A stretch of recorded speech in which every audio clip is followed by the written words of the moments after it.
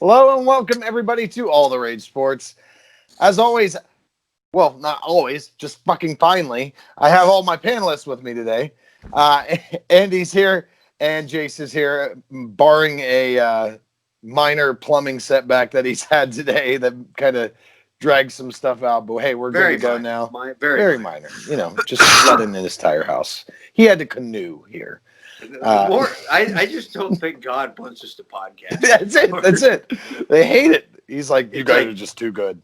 Every time the three of us get together, it's like, nope, something has to happen. Yeah. So we have a lot of week 2 stuff to talk about. Yeah. We're going to talk about a few of the different games. Obviously, the Patriots are a big topic. Cam Newton is looking ridiculous right now. They did lose in that goal line stand, but holy crap, is he just looking amazing. And then, obviously, the Raiders and Saints Monday night game was huge for the Raiders win there. Yeah, you've got to talk about that. The Cowboys and Falcons game, absolutely absurd how the Cowboys pulled that one off. I was watching the end of that game, and I'm just dumbfounded by that game. And then some of the rookie quarterbacks that have been playing. Joe Burrows, Justin Herbert got his start, and we'll get into why that happened as well. Obviously, a lot of key injuries that have been happening out there. The Niners pretty much have every starter they have is injured, I think, right now. I think they're just basically playing the practice squad at this point. Keanu Reeves might be playing quarterback right now. It's true. It really is true. Yeah, so there Call are up a Shane lot, Falco. a lot of very potent star power that's injured right now. So we'll get into a lot of that, make our week 3 picks, and then Jace will have his little winner rant. So Jace was the winner of this week on the picks, so he will have his own uninterrupted rant. What's the overall? What is? So I'm winning overall right now. And we'll get into it. Well, here's basically what it was. I went 13-3. Jace went 14-2, and Andy went 11-5 last week. Overall, I am still in the lead by 2 wins at 23-9. Jace is 21-11, and Andy is coming up the rear at 19-13. So I'm still winning overall, but Jace did have a really good week with only 2 losses. So I'm always coming in your rear, Jesse. you know that's right. All right. Both of your wives are going to hate to hear this podcast and all that and more on.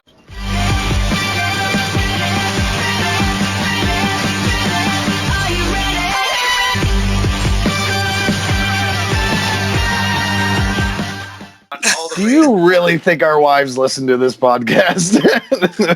That was a great They would- segue, I don't think and they you would just care. ruined it. I took over, and you shattered it. That I was did. wonderful. Hey, I have the magic of video editing at my fingertips. Why haven't you used it yet? That's a good point. I probably should, huh?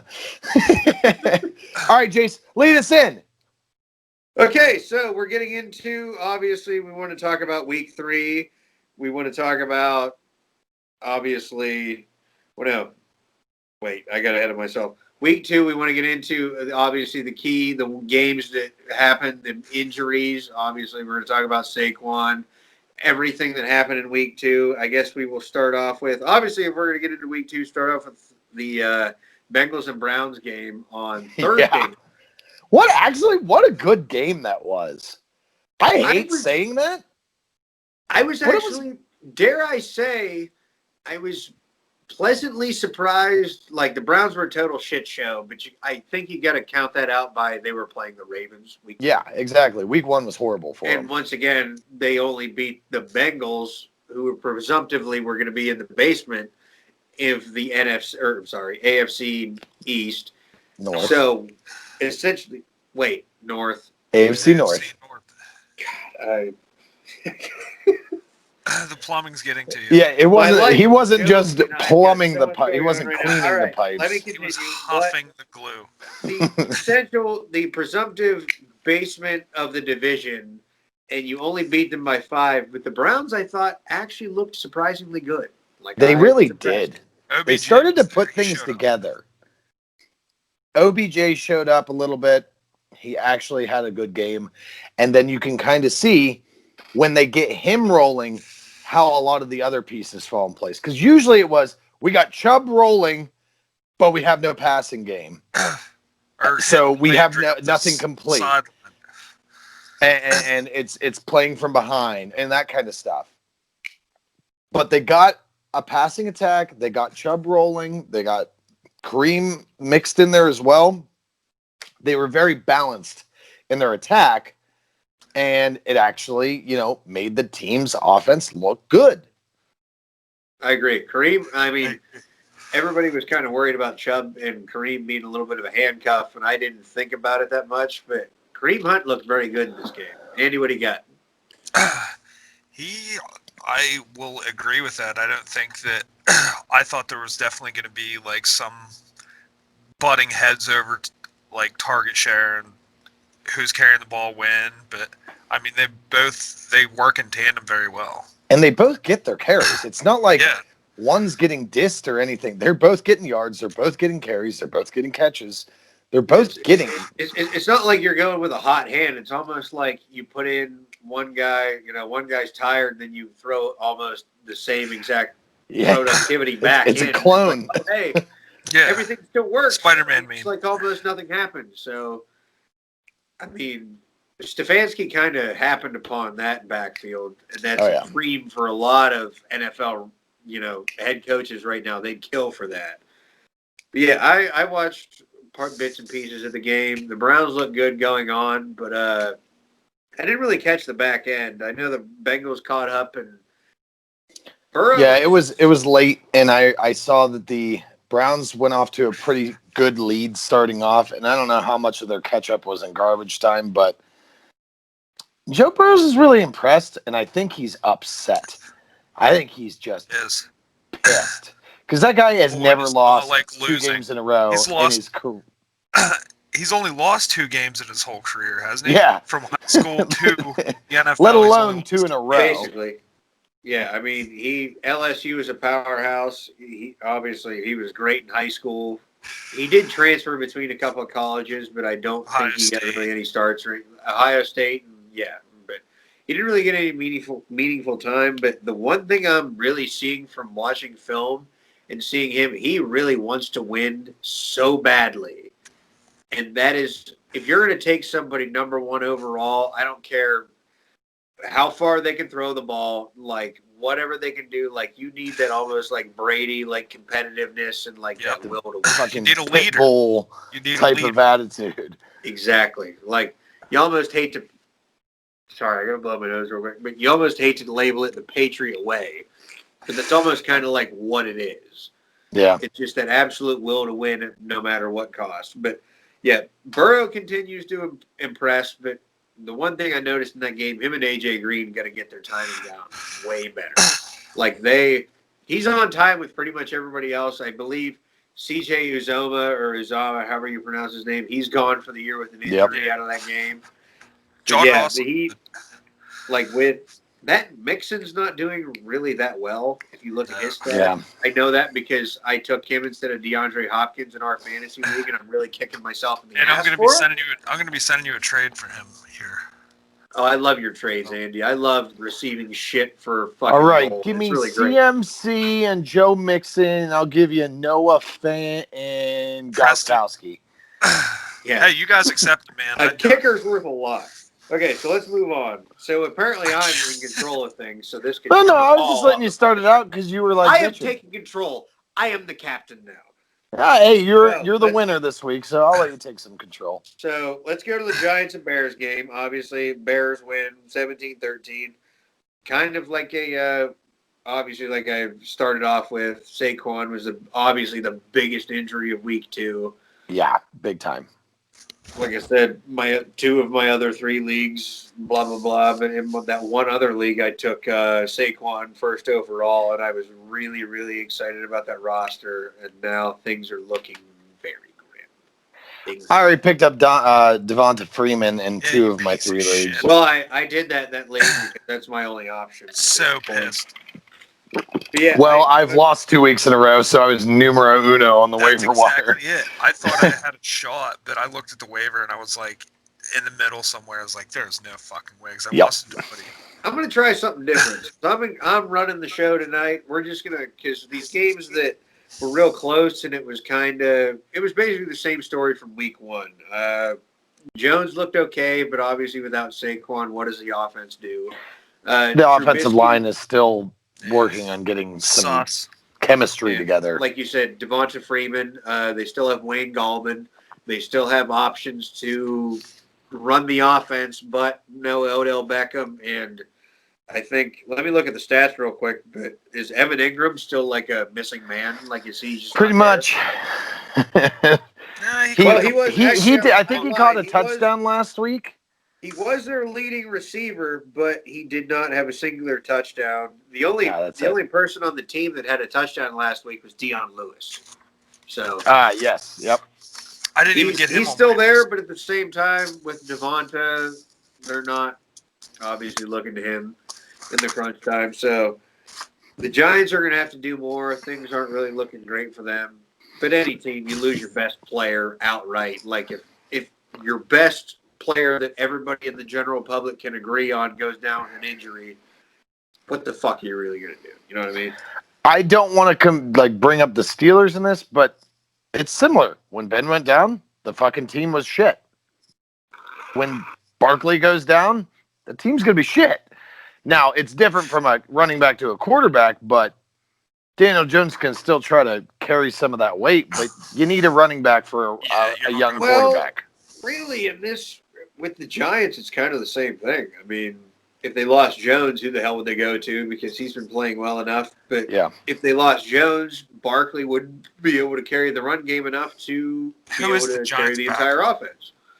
It's kind of like to the point now where, because of both of them, they sort of, rely on each other. Yeah. But yeah, Trubisky, once again, he does just barely enough. I believe the Bears are they 2-0? That's real talk. Who in the fuck would have ever predicted that? That is real talk. I just want everybody to know Trubisky is not as garbage as we're thinking he was. Now it's early. There's a lot of time for him to become garbage. But right now, he's not looking horrible. I'll give you that. I mean, I said that about Cam Newton in a new offense. You just do what you need to do to win the game. And Fuck, like I said, Cam that's Newton what is looking so good. Compared to what Mitch Trubisky has done in the past, I will say he is doing a much better job of managing the game and being smarter. Yeah. And being able to. He's making better decisions. Exactly. Guess who the backup is in New York? Who's that? Colt McCoy. Colt McCoy.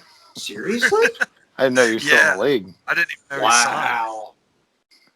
I did not know that. That is mind-blowing to me. Yeah.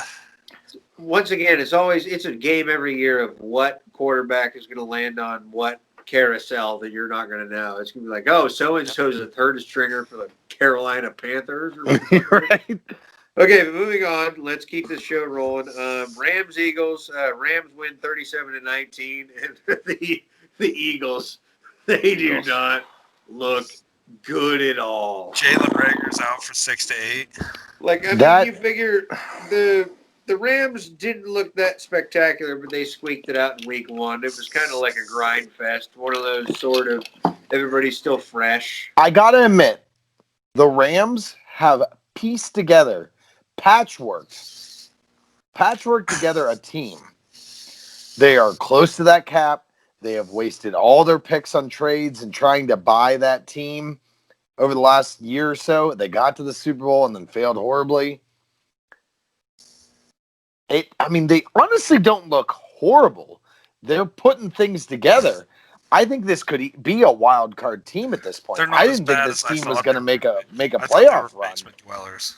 Yeah, I thought so too. But I don't know. Didn't Tyler Higbee have like 3 fucking touchdowns? Higbee. Yeah, right. They're honestly looking like they could be a playoff team again. I stayed away from Higbee because I had him last year. He was constantly handcuffed or hurt by Gerald Everett. Yep. Of course, he just goes off and has an absolute monster. But like we'll get into later, I don't care because I have Derek Moore. Anyhow, but yeah, I do kind of. We kind of shit on Sean McVay, and I believe Les Snead is their general manager still. Mm-hmm.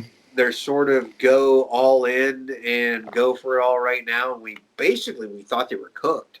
Yeah. And I feel like week 2, we're too early in the year to be making assumptions about anybody. But if we're going to go out and look at it, I mean, especially after this week, once again, like I said, the Eagles look like a total shit show. But the Rams don't look too terrible right now. No, I honestly think they are actually. The Seahawks look the best out of that division. Yeah. And you got Kyler Murray, but the Rams look like they can compete. That division, once again, is going to look like one of the strongest divisions in the NFC. Yeah, like, I don't understand how all those teams can be good to a point of possibly making a Super Bowl. And it is actually completely, entirely possible that an entire division can make it into the playoffs now. Yep. It would be very, very, very hard. It would almost have to not lose any, like, outside of the conference games and just lose their divisional games, I guess. But, like, it is entirely mathematically possible for an entire division to go to the playoffs now. Which is totally insane. agree with you. I mean, it just blows my mind. I totally cannot comprehend how the Eagles look this bad with this roster. And we're looking at it like the Rams beat them by over 20 points. And everybody was basically writing the Rams off and saying Sean McVay was shit and it was all over for them. Yep. And maybe the Jalen Ramsey trade wasn't that stupid, and possibly they might have known something more than we did. Yeah. But real quick, and just since we got to get a guest appearance in real quick, I'm going to mention one. Since you just got home, I do have to bring you in real quick. Okay. We got to bring in your expertise. Okay. So one of the big stories of the week was obviously the Chiefs barely squeaked out a win against the Chargers. They only had to kick, a 56-yard field goal 3 times in order to make it out of that game. And he did it every time. He made every single one, and I promise you, I fucking hate Harrison Butker because of that time my dad had him, and he needed like 18 points on Monday night. And he got it. He kicked, 6 field goals like that game? 22, and he fucked me. It was something like it was something absolutely astronomical. Yep. It was I terrible. remember that. But we're going to go into this game, and obviously the big story was Tyrod Taylor. The story they led with was that he had a rib injury in pregame that he re-aggravated and that he wasn't going to be able to play. And then the story comes out today, and it's kind of damning with the Chargers and all the injuries they've had throughout the years. The fact that they come out and say now that he had cracked ribs that he was trying to play with. The team physician tried to administer a cortisone shot, went too far in with the needle and punctured his lung, and that is why Justin Herbert started this week. Which is absolutely insane. Dr. fucking Kevorkian. They're trying to kill Tyrod Taylor. My wonderful girlfriend, who has been trained in this field, you don't have to be on camera or anything, but as far as we'll call her in ramifications and what's going to happen to this guy, like how fucked is this dude? Like very fucked. He's probably going to lose his medical license, if not suspended for a very long time. He's definitely not going to be able to work in the NFL or any high-ranking position for a long time. And there you have it, because the main topic of the day was because of the CBA, they can't, and you'll love to hear this, because of the current collective bargaining agreement with the players union, Tyrod Taylor cannot play for an indefinite amount of time right now because they don't know the extent of the damage that could have been done and what could have happened to him. And because he signed off and that guy was a team physician, he cannot sue him. Yeah, he can't. Nope. He legally cannot.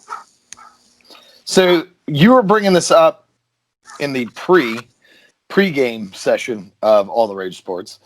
What happens if this guy gets fired, is no longer a team doctor? Does that then mean he can get sued? Do you know anything about that? Wait, say that one more time. I brought up the point. I said, say this guy gets fired tomorrow. Like the Chargers say, he provided inadequate health care, this and that, blah, blah, blah. Could be, even though it was administered under the team's name, if they were to fire him, I was wondering, could Tyrod Taylor go after this guy?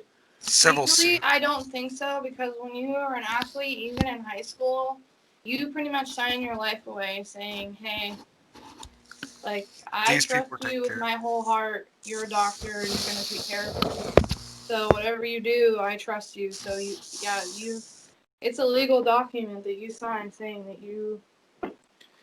And with that, like she said, it was kind of, that's why I wanted, thank you, sweetheart. Yeah. You can go ahead. Thank you, Bria. Thank you, Bria, our local expert of the, was it? But yeah, she's kind of right, because if you think about the waivers you sign in high school, like you're kind of giving your life up to the trainers if anything happens. So I got to imagine there's probably some legal stitch work that goes in along with, being an NFL quarterback. Yeah. Like there has to be something that legally prevents you from going back against the team, even say, though, that guy was in the wrong. Mm-hmm. But maybe you can go after him, but it probably prevents you from going back against the team, is what I'm guessing. Yeah, I bet you're right on that. It's going to be something along the lines as he can do it, but it's not like he won't be able to legally do it unless it's some kind of off the book, maybe civil case. That's the only thing I could think of them doing, right, is going after that. But yeah, that's a good point. If you pretty much have to accept what kind of protection they're giving, or medical shit they're giving you, no matter what happens. So you have to deal with it. Andy? So no, you guys pretty much hit it. I think they're trying to kill Tyrod Taylor for some reason. Well, my sister made a great, and this is horrible. Dark theory. I think one of the team physicians had money on the Chargers and knew they had a better chance with Justin Herbert. Yeah, I was just going to say, my sister said maybe the team physician's looking out for the team a little more than, the coaches are. But you got to kind of, like, if Tyrod's been playing with cracked ribs from whatever injury, like, he would have sustained, like, they weren't even hitting. Like, you weren't even supposed to be in pads. How did you get cracked ribs? And that kind of gives a little bit of an insight to how shitty he's been playing. He's been horrible. Like, exactly. Like, he hasn't played great, and the poor motherfucker, he's, like, trying to play through this, and now they're basically looking at him like, well, because you had a numbing shot straight to your lungs, don't play for a while because this is kind of unprecedented. We don't know how this goes. Be careful. And then you feel terrible because you might have played okay if he was healthy. And now Justin Herbert, who almost just beat Patrick Mahomes, comes in and just lights it we go week 3, the Chargers play. Did you see that he didn't even find out he was... The Panthers, who are 0-2 without Christian McCaffrey, are flying to Los Angeles to play the Chargers with Justin Herbert under center. I think we've uncovered a conspiracy theory. That's it. Okay, well, now that we got that over with, we got that. That was obviously a big piece of news. It's kind of it's weird the look you get into sports with social media now, because I feel like you wouldn't have found out about this shit until weeks later back in the day. But it would have been in the paper. But if you think about it, even on Sunday, they were just like, oh, re-aggravated rib injury. He's done. It's like a week later. the doctor used too long of a needle. Justin Herbert didn't find out he was starting that game until 5 or 10 seconds before kickoff. Yeah. Like, oh shit, by the way, Hey, here's the thing. Okay, so it's not coming back out. Sure show. Okay, so we're gonna get back into it. We spent a little bit of time on that, but another one that's gonna take a little bit of time, I feel like, is the Cowboys and Falcons game. Holy shit, was this an awesome game. I'm not saying anything about it. I feel like this could be summed up with This is conspiracy shit. Conspiracy shit. There's no conspiracy shit. It's called Dan Quinn is what it is, I feel like, in this game. Dan quit. Well, what's the common denominator? Everybody on Twitter and everywhere else was making jokes about, because I was out golfing. Like, I didn't even see the first half of the 1 o'clock games. Everybody was declaring the Cowboys dead. I got home just in time to watch Zerline kick that field goal, and I was like, "Holy shit! How did they do that?" And everybody was immediately putting up the meme, 28-3, 28-3. Like, this is obviously There is no lead that's theme not for the safe. Falcons. Like, this is something that happens a lot for them. I almost feel like now it's just stuck in their own heads where they're like, okay, we've got this lead. We can do this, guys. We can. And like, just shit falls apart on them. I feel horrible, but I feel like it's just Ingrained, engraved in Quinn. Like, I feel like the only way they're getting rid of this stigma is getting rid of their coach and starting he's like, over. all right. He's just like, all right, guys, let's go out there and let's fuck this up. Let's just really fuck this up, all right? Well, Just I the totally agree onside with kick. The onside kick drove me insane because I'm sitting there watching it trickle and spin Yeah. and go. Like, it went to the 5 and I'm like, it's not going to make it. And then they don't touch it. And I'm like, all right, that's kind of weird. I wonder why they're not grabbing that. And then next thing I know, they're just all fucking standing there. How do you not take your special teams coach and put him in a cannon and fire him out of it into the sun? And Dan Quinn sat there in the post game and he was like, my players know the rules. My players know the rules.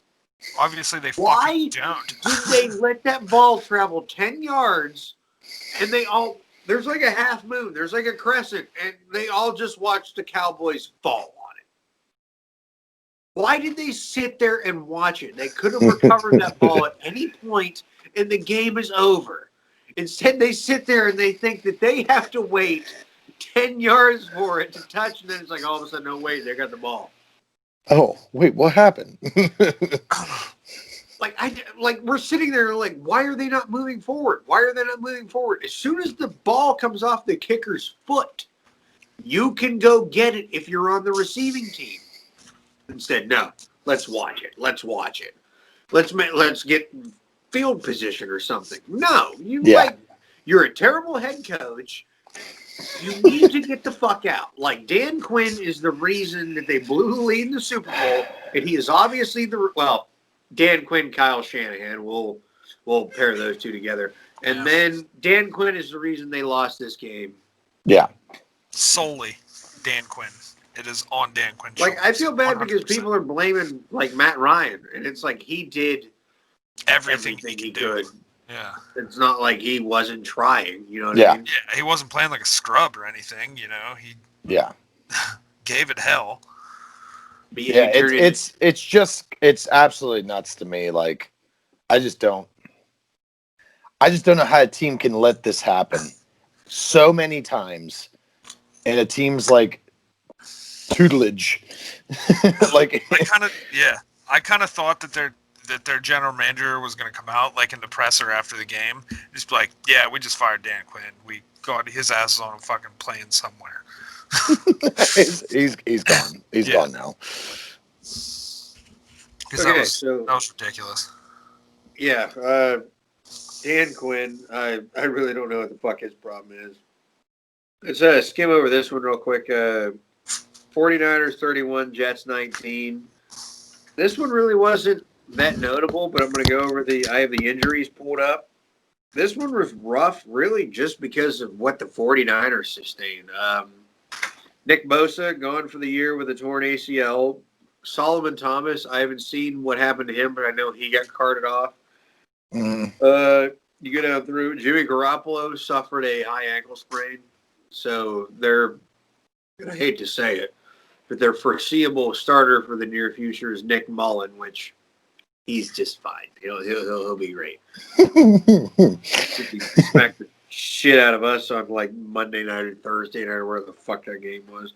But yeah, and also Raheem Mostert, after that record-breaking run again, left the game with a knee. And Tevin Coleman, his immediate backup, I don't know what the status of Jerick McKinnon is, but Tevin Coleman is expecting to miss multiple weeks with a knee injury.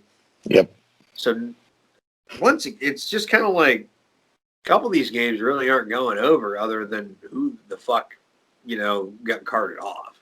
Yeah, that's it. It's like you feel for the guys.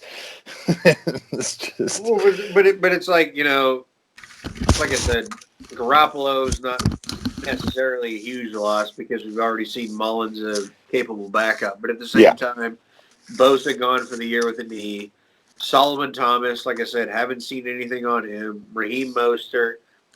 It's like all these good teams, it's like even though they're winning, it's like there's a price to pay. Like there's almost like a bounty almost. Mm-hmm. It's like, well, you're going to get through, but pay 3-star players here before advancing. Yeah, no, it's I know it's brutal. There's a lot. I just can't believe how many just alone on the frigging 49ers are injured right now. It's crazy. In 1 week. I mean, in 1 week. They all made it through week 1 and then all of a sudden drop like flies in week 2. Yeah, it's crazy. Did we hear how long Bose is out yet? Year, knee. He's done. ACL, He's done. Oh. Yep. Yeah. I feel bad. All of it is done. Okay, moving on. We're going to go to the Panthers and Bucks game. I unfortunately didn't get to watch a lot of this one, so if you guys have any insight, go ahead and chime in. Really, once again, apparently Brady looked okay. I'll look at his numbers real quick. Fournette tore it up right at the end. I heard Fournette did good. Yeah, he had 2 touchdowns, 130 yards on 12 carries. He's obviously Ronald Jones had half the carries he did for 23 yards. So you can see who the feature back is and why did I draft Ronald Jones, son of a bitch. Brady had a Brady game, 23 for 35, 217, 1 touchdown, 1 interception. Nothing really anything to write home about, but you can see they're finally starting to get comfortable in that offense. Yeah, like and that's what it's starting. What this is 1 pick, and they still you figure won by over 10 points. He's starting to get comfortable now, and especially with.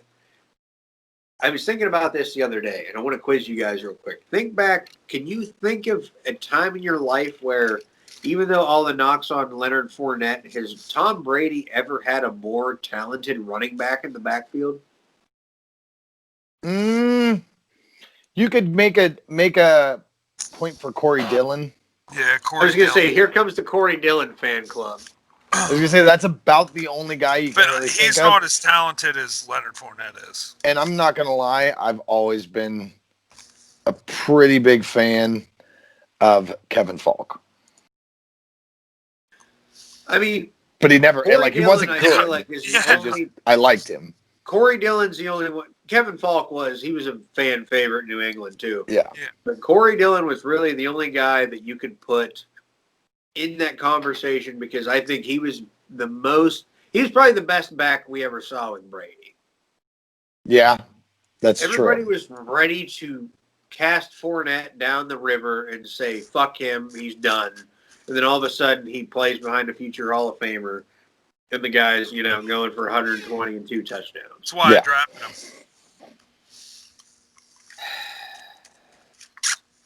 I can't stand you. Well, here's what I'd like to talk about with this Bucks offense. Brady's finally looking good. That's awesome. Like, he's finally got him on the move, which is great. Where the fuck is Gronk? I was literally just going to say that. Why they have barely even utilized him? That They've cheat got- code doesn't activate until week 8 when they're really in trouble. Just Yeah, wait. He's got one catch. And I think it's 3 targets. I think Cameron Braid has more catches than he does. Yeah. OJ Howard has a fucking touchdown. Yeah. How long has he been out of football? A year. Come on. You mean to tell me that man and his physical, like, what did he do? He got healthy in that year. He got Shotgun hammered. He got fucked Well, up for a fucking straight He lived year. big. That's He probably lived true. big for 3 months. He What had the a fuck party do you think bus. he was doing? Yeah, No, he was there juice cleansing for 3 months. Gronk is going to have, and I can't tell you, Christ, it could be week 16, but you just know it. You can He'll feel have it. one game, but it's like he's not the Gronk of the Patriots. Yesterday. Well, but let me finish. He'll have his one game, and then he'll all of a sudden be the Gronk of old, and then they'll go into the playoffs, and then it'll be Nobody can cover Gronk. O.J. Howard, Cameron Brate. Who? We don't know those guys. It's just hand it off to Fournette, Chris Godwin, Mike Evans, and Rob Gronkowski. Yeah, It's like storybook. Everybody Trailing. knows. It's like reading Gronk Cinderella. trailing. You know the ending. You know it's going to happen. Gronk trailing across the middle. Okay, I'll let you guys take this one over because, admittedly, once again, I was golfing. I didn't get to watch a lot of the first I was too. 1 o'clock games. But the Broncos and Steelers game, Steelers win 26-21.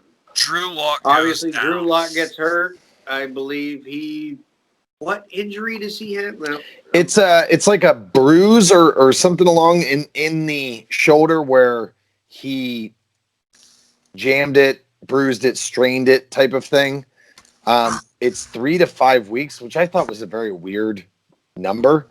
But that's what they're I saying. don't know is if it's about 3 to correct. 5 The one I'm weeks. seeing now is saying AC joint sprain. That's it. That's what I'm thinking of. Sprain. It's the joint in there. Yeah, he jammed it because he had his arm up when Dupree landed on him, so it jolted that arm in that direction. So And I forget who the hell their backup even was. He played for the Lions. Driscoll.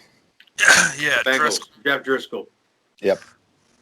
And he looked way better than I thought he was going to. Yes. Like being Yes, he did. Broncos, like Well, the Steelers have bad luck against backup quarterbacks. They really do. It's like it's true though. It's like they prepare all this shit for the one guy, and then they get a backup, and they're like, "What do we do?" but I don't know what we do here. He played Drew Lock's game. I mean, pretty much. Bruce Gradkowski is entered the chat. But anyhow, like Bruce I said, Gronkowski's Pittsburgh dickhead. but he beat the Pittsburgh Steelers with the Raiders Yeah, I know. the but year I that wonder, Jason Campbell was hurt. So I wonder continue. how he feels about that. So here's Well, the it feels things great I the noticed fact the that- most in that game. Bud Dupree is playing out of his mind. He's playing better than TJ Watt right now. And I really hate saying that because I love TJ Watt. But Did you see all the doubles and shit on TJ Watt though? oh I mean, yeah, like he they're is getting planning for doubled TJ like Watt. crazy. Like all that type of crap is happening, and it's giving Bud more one-on-ones. He's What, he coming had free. 2 sacks, didn't he? The Yeah, one, yeah. The one, there wasn't even nobody even touched him. He just fucking He just right through. right on by and just Well, and that's destroyed the beauty of Jeff having Watt on the other side is, like I've said, and I have said it, no bias button, no nothing involved. I have been continually impressed with how much better Bud Dupree has looked year after year after year. Yes. Because I felt like you guys reached on him in the draft. I felt like he was very yeah. overhyped, and I felt like he was very raw and unfinished. But at the same time, if you're a raw and unfinished defensive prospect, where the fuck do you go? You go to Pittsburgh, And He was an athletic specimen. exactly. 270 And then with his speed and just motor and everything.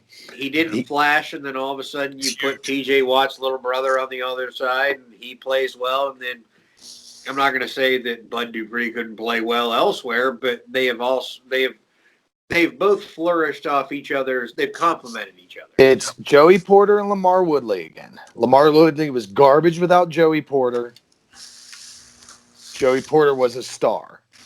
Joey Porter is T.J. Watt. LaMarr Woodley is Bud Dupree. That's how it was. Those two were a dynamic duo on the outside, but if you took Joey away from LaMarr, he was shut down. I know, because I had to watch LaMarr Woodley for a year in silver and black, and he did jack shit. Is what he did. Absolutely nothing. So yeah, no, that's how they are. Here's the takeaways I had of that game. The offense is slowly starting to hit on all cylinders. They are hitting, and then they're sputtering, and then they're hitting, and then they're sputtering.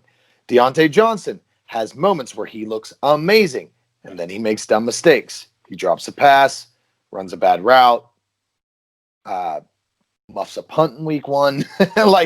So they're not there yet, but they're working in the right direction. Ben being back helps because it helps cover up those problems. Ben looked way more comfortable in this game. He looked just unafraid of standing in the pocket. The first half of week 1, he looked frightened out there, like a deer in the headlights for that first half. This game, he looked comfortable again. He looks like Ben of old now. Juju didn't have a ridiculously good game or anything like that, but he had a Juju type of game. A few receptions, good yardage, made a lot of plays in the blocking, because that's where he is essentially Hines Ward of the days, where he's not always going to blow up the stat sheet, but he makes plays elsewhere. That is what Juju is in this anymore. So yeah, he had a good game. Deontay Johnson kind of took it over, and Chase Claypool needs more playing time. He needs more snaps. That kid is awesome. That's one where I'll disagree with you. I feel like he's still young enough. He doesn't know. I feel like he's not a good enough route runner to get open across the middle.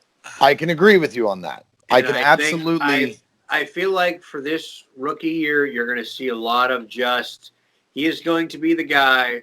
He's going to be like Mike Wallace was.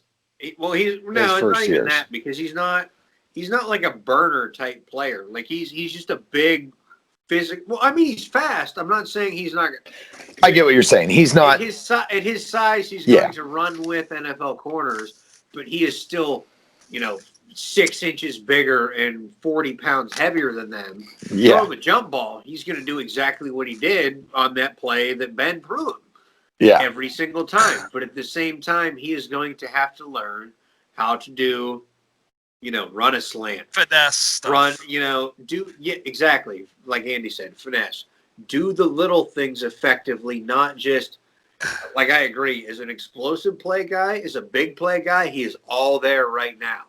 But if he puts the little assets and the little facets into his game, like the route running and the little things that he needs to do, Christ, what are you going to do with the guy? Like, he's a rookie, and you're already seeing the contested catches he's making on the sideline, and it's like, fuck, our linebacker's not going to run with him.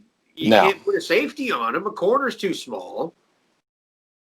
He just needs to work on the route running is all it is. Yeah, that's it. I actually agree with both of you on this. I agree that he should have played more snaps than James Washington. Yeah, I think this is the last year you see James Washington in a Steeler jersey.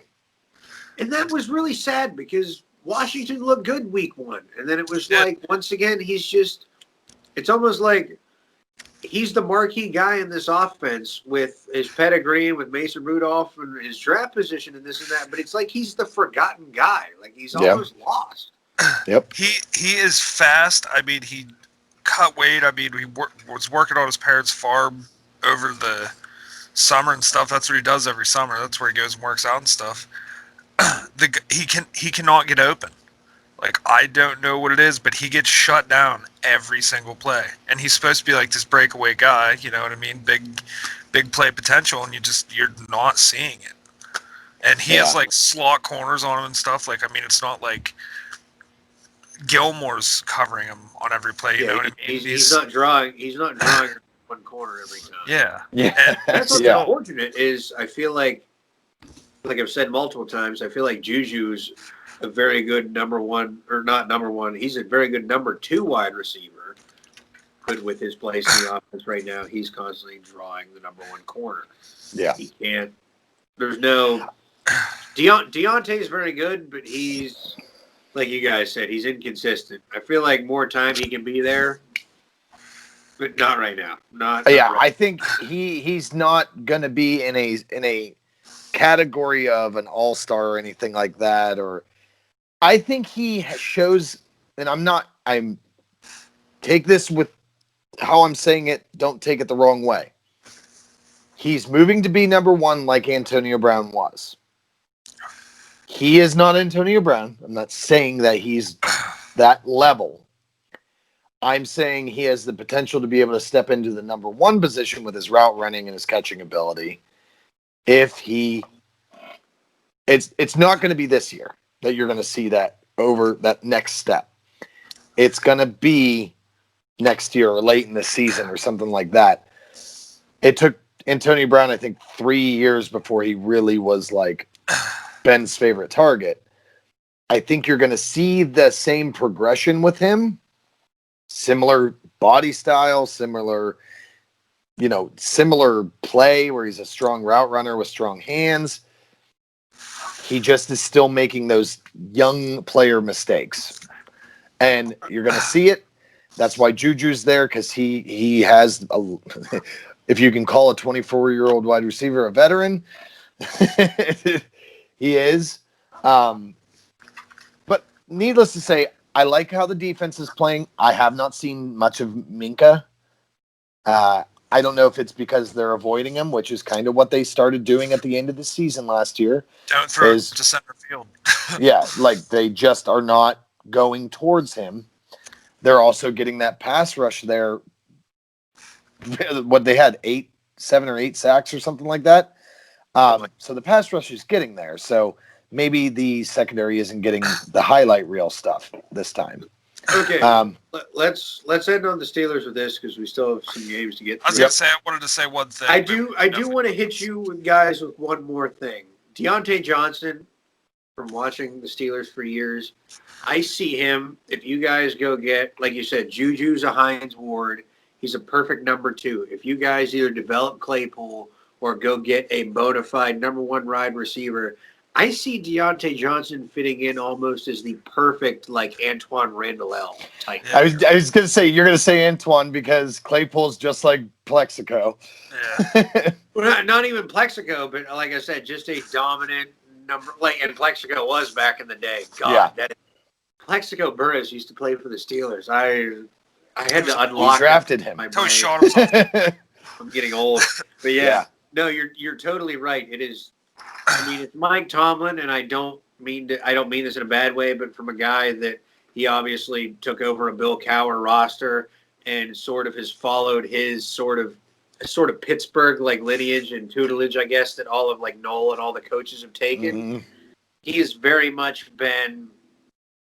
God damn it! I pulled Chuck Noll out of my brain and I totally lost everything I was going with. But no, they follow a pattern like John Stallworth, Lynn Swann. Like they do the same things over and over again because, as we've seen with Pittsburgh, exactly what works. If it ain't fucking broke, don't fix it. But yeah, that's what they're going with. Okay, let's for time's sake, let's just gloss over a couple of these games just because they were close. Jags Titans. Titans win 33-30. Minshew once again looking better than he should. We thought that offense was completely devoid of weapons, and they are somehow making this all happen. TJ Chark really no show though. I can't believe Robinson. This running back like that I came was out about of to say, nowhere. as soon as they traded Fournette, we went, they're tanking for Trevor Lawrence. This year's over. And here they go, and they are 3 points away from being, 2-0. Yeah. Everybody's ready to write off Minshew and say their receiving core is not good enough. But, I mean, Minshew threw for 339 yards. James Robinson, 16 carries, 102 yards. He averaged about 6.5 on the ground. Laviska Shenault's played very well for this team, and I didn't realize they have Chris Thompson. Yeah. They got Chris Thompson buried in that backfield. Yeah. So, yeah, once again, I would credit this game, not to gloss over it too much, but I'll give it to maybe Johnny the Titans looking over them. But I don't think you can understate that Minshew and that Jaguars, the entire team is overachieving right now. Yeah. And their Far more than their what we rookie thought was going to secondary. happen. Their rookie secondary is looking It's insane. just Like, where did this team come from? And now, I know Kevin used to talk a lot about Minshew. The guy is starting to look like a real starting NFL quarterback right now. He's been playing above his pay grade. Everybody best gives way him to say shit, but when I hate the guy, and I'll only admit this just because, Kevin's not here, but when you have that just kind of, fuck you, I'm going to go and do what I want mentality, like he's kind of built perfectly to be an NFL quarterback. Like, yeah. He just has that. Like, he could be throwing to the three of us, and he'd be like, all right, we're going to go out and beat the, whatever, what was it, the 2012 Patriots or whatever that were undefeated. I can't remember. That's 2012 was so long, but. Yeah. But you know what I'm talking about. Yeah, no, you're right. It's just no fucks given gunslinger mentality. Yeah. Look at how the guy dresses. He obviously has no fucks and I mean it is attractive. I mean, for their fan base, they love it. You know what I mean? It's Minshew mania. Yeah. It's what they've needed. Yeah. It's really, really desperately what they've needed. That's actually what Baker started out to be for the Browns, just that I don't give a fuck. We're gonna win some fucking games, and that I thought that's what the Browns needed. That's I don't know. Yeah, obviously, I mean, everybody's written off the Jags. They've traded everybody away from Jalen Ramsey to you know who. I mean, you name it. Baker's died Minshew. Laviska Shenault has looked great. I mean, he's looked fantastic. Like you guys said, DJ Chark has basically been written off. I guess you could basically. We've already had this talk. He's kind of their number one receiver, so he's probably getting shadowed a lot. Yep. That's opening up opportunities in the run game for other people and, for other receivers. But you got to give him credit for making it work. Yeah. Losing to the team that went to the AFC Championship game last year by 3 when everybody said you probably were going to be in contention for the first overall pick. Pretty fucking good. Yeah. It's crazy. It blows my mind. But, yeah, it's awesome for them. Lions, Packers. Not a whole lot to go over this. The Lions, you want my opinion, I think Matt Patricia is probably the first person on the hot seat to be gone after this year. Other than Dan Quinn. Well, Dan Quinn and him can both enjoy a college football job somewhere else next year is what I'm thinking. Or Belichick will take him back crawling. He'll be a defensive assistant. Maybe it's not all Patricia's fault. Maybe it's just coaching staff or something. Yeah. I mean, they have injuries. Kenny Golladay, I think, didn't play again this week. Yeah. But at the same time, like, this entire team just looks overmatched. They do not look like they're – they almost like it's not – like, I know it was a little bit of a closer game week 1 with the Bears, but this one was different. Like, this felt like they have completely lost it and they're out of control. Yeah. I feel bad – for Stafford. Me too. He's plays his ass off. Phillip Rivers in the NFC. He really truly is. Yeah, he really is because plays his ass off. He really just gives it his all, nonstop. And he Just- doesn't want to leave Detroit. He has No. stated how many And times he that is will he not is leave mentioned Detroit. year in and year out as an elite quarterback, but he's always at the bottom of the list because everybody always puts that asterisk next to him of, oh, he can't get to the next level. Oh, he can't win. It's He not has- him. He has elite arm talent. He can do all the things, but he can't win. But it's I like used the to fucking think, guy had Calvin Johnson for Christ's sake, and he still Yeah. couldn't win. yeah, how can come on? But with like a shit defense and Barry a Sanders. sus It's the offensive same line. reason Barry Barry Sanders fucking retired Sanders. so young. It's because literally we don't have to cover it anymore. Detroit is fucking cursed. They're the Boston Red Sox of the NFL. The 100-year. Detroit is the NFC Browns. I feel like you're right. And I hate to say it, that city is cursed. They have never had fantastic, like they've had great players.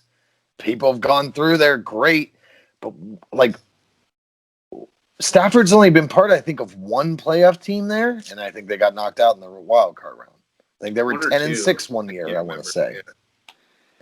And And it's not like they don't. It's not like they struggle and they suck year in year out. Like they're constantly either in the run for a playoff spot or they're just barely sneaking in, like you said, and they can't do it. They can't get past it.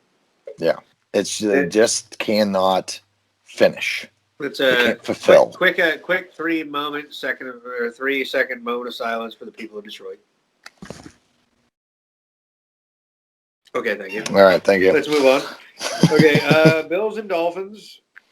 Dolphins made it a little bit closer than we expected. Yeah, I was Josh surprised. Allen, my sleeper fantasy quarterback of the year, is fucking balling. He is playing like a man possessed. He really friggin' is. I'm not gonna lie, he is amazing right now. 415 yards and 4 touchdowns. 8 He is receptions and absolutely 153 absurd of right those now. yards to Stephon Diggs, which was the reason as soon as everybody was like, Josh Allen's due for a down year, like, he's got Stephon Diggs now. John Brown. He's still Stephon got Diggs the is B. now He's able still to got he's got Zach flourish. Moss now. Cole Devin Beasley. Singletary. They have an offense. Cole The Beasley.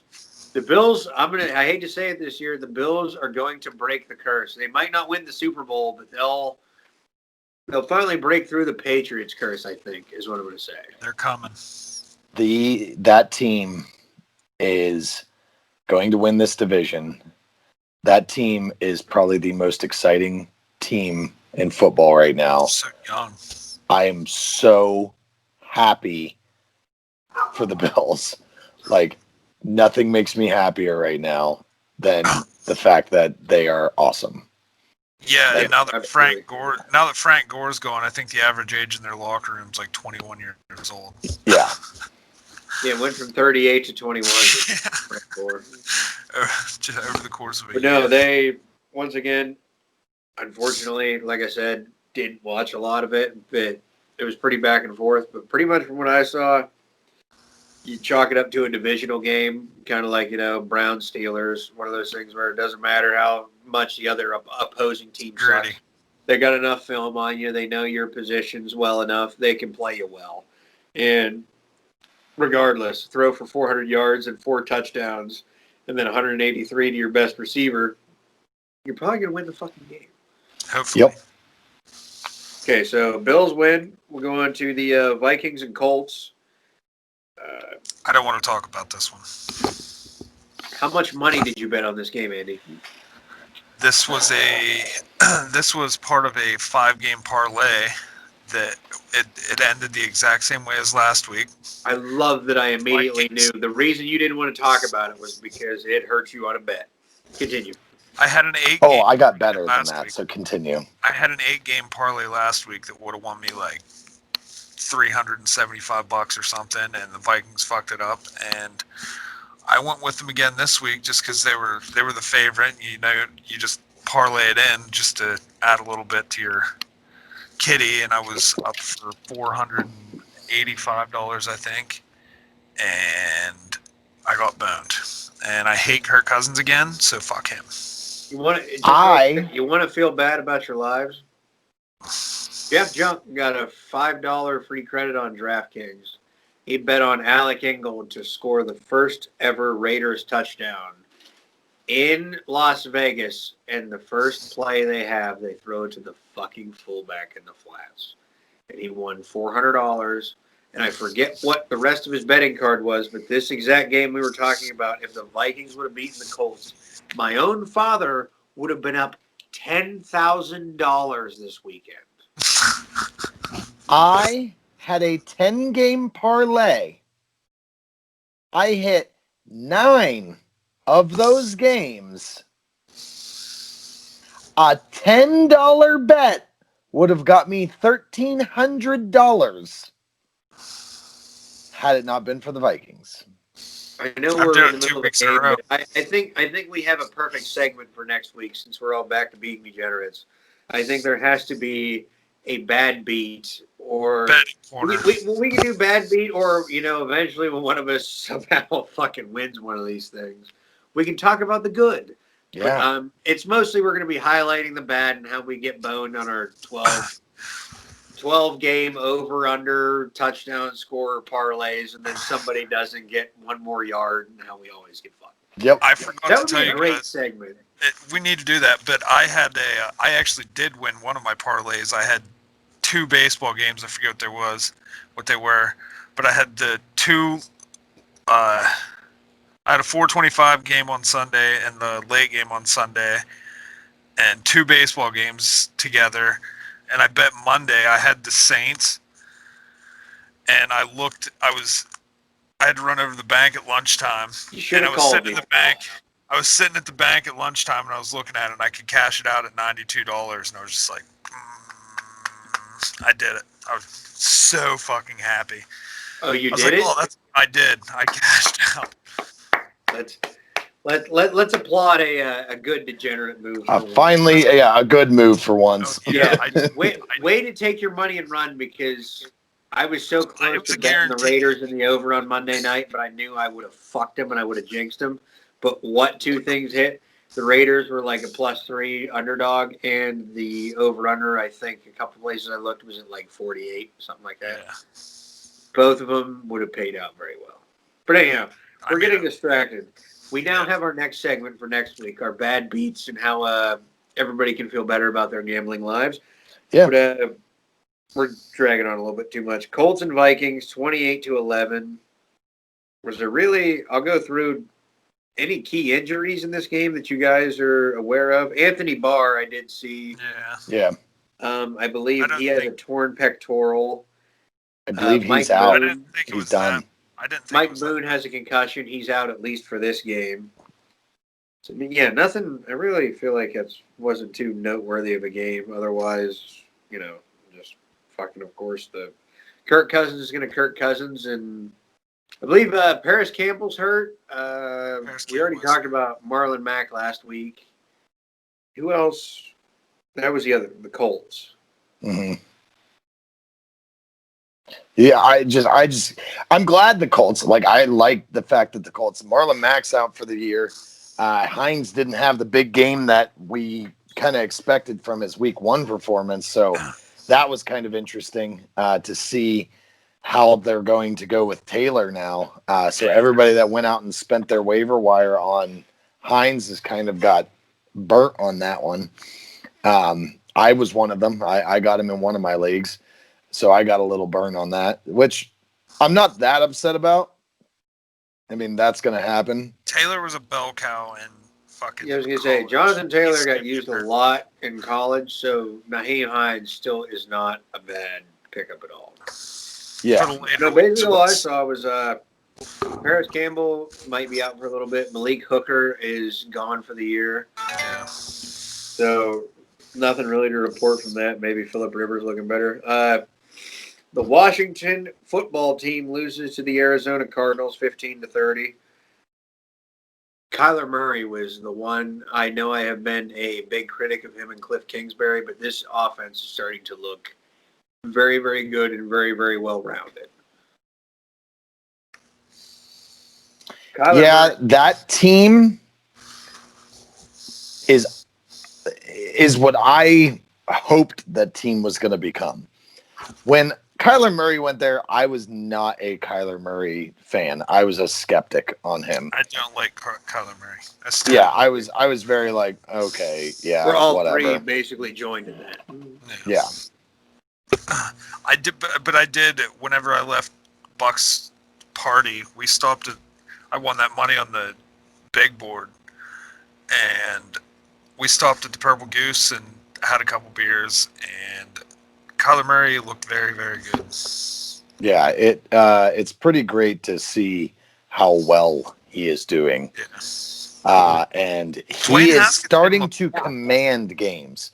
Like with his running ability, he is just taking over games, Well, which is awesome to see. and it's not, I won't say it's from necessity, but his offensive line really hasn't been great. No. And if you want to look at, I mean, Kenyon Drake, what has he done really through 2 games? He flashed at the end of last year when they made that trade with the Dolphins or when he was released or whatever. But now, like a lot of it, my big knock on Murray was I was like, he's not going to be able to constantly run out of the pocket and make plays like he did in Oklahoma. This is the NFL. And then I should have literally looked in the mirror and went, he's going to a college air raid coach, and he's probably going to be able to make this work in the NFL. And all of a sudden, lo and behold, he got chased.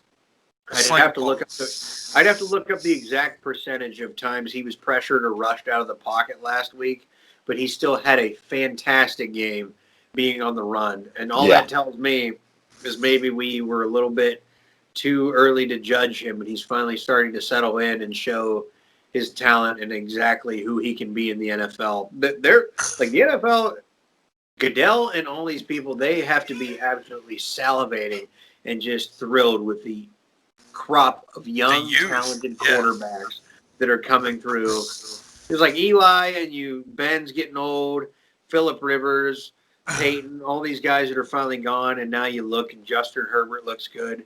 Kyler Murray looks great. Joe Burrow. Daniel Jones, Joe Burrow. All of a sudden, it's like, okay, franchises might not be in that bad of hands. I just want it to be known that they were doing, I forgot to say this whenever we were talking about Burrow, but they were doing an interview with Joe Burrow when he was standing in his locker. And do you know that picture of him sitting there smoking the cigar after the National championship? Yeah, that's in his locker. It's like framed in his fucking locker. That's amazing. That is like a mood, though. That is like just that whole ass, yeah. One of those, yeah. I mean, it will just feel like that. If he does not feel like that internally walking out onto the field every game, he's going to lose. I mean, you got to be reminded of that feeling. Because he just looks at that fucking thing and he's like, let's fucking go. Okay, so Kyler Murray and Cliff Kingsbury continue to flourish and prove me wrong, as everybody continues to prove me wrong. And we move on to the Ravens and Texans. Ravens roll 33-16. Once again, I would chalk this up to more than the Ravens are just overpowering. They're just so good at so many positions. It's hard to disparage a team for losing against them. Just like I said, the Browns, they got whitewashed in week 1. I think, I'm not going to say the Browns are great or anything, but coming off of week 1 and going against a team that should have gone to the Super Bowl last year I was just talking about young quarterbacks. I didn't mention Lamar Jackson. And Baker. This guy is the real fucking deal. They have tailored this offense around him with all the weapons he has. Mark Ingram, everybody else. J.K. Dobbins has had a spall, but he's he's had a very small piece, but at the same time, he'll pick up more. Hollywood's looking okay. Mark Andrews. Me and Carly both had a touchdown prop on Hollywood last week, and he couldn't find the goddamn end zone. Once again, not a lot to say, but the Ravens still look good, and the Texans look pretty lost. And I think Lamar Jackson this year, I think he's gonna break the stigma of the mobile quarterback. And I hate to say that because he's in our division, but I mean, he's not getting hit a lot. like he's making plays. He's not getting his ass kicked like the Michael Vicks and the, you know what I mean? Well, you Yeah, know why Michael he's not Vick getting hit a never lot? really got his ass kicked very much either. Well, you know why he's not getting hit a lot? Look who his backup is. RG3's looking at him and going, hey, man, just duck out of bounds. Just don't be a hero. Well, Don't be Don't do dumb. it. that could be a lot of it. That honestly, the tutelage that That was mean. That was a really rude ricochet shot to RG3, and I apologize. I like RG3. The I like RG3 is the Derrick RG3. Rose of this year, the NFL. Well, I love him to death, but at the same time, that was kind of a dick move on my part. Yeah, but No, seriously, I mean that could be a factor. You know what I mean? He's just like, don't take the hits. Like, you see what happened to me. My career was trashed by taking too many hits. Well, and actually, to not be a dick, you're kind of right. Who better sitting behind you as a mobile quarterback going, hey, it's not worth, seeing yourself on Sports Center on Monday morning. You know what I mean? Just duck out of bounds and take the longevity. Yep. The Harbaughs are so much smarter than all of us. Well, not the one that's in college. Anyhow. Yeah. So we move on.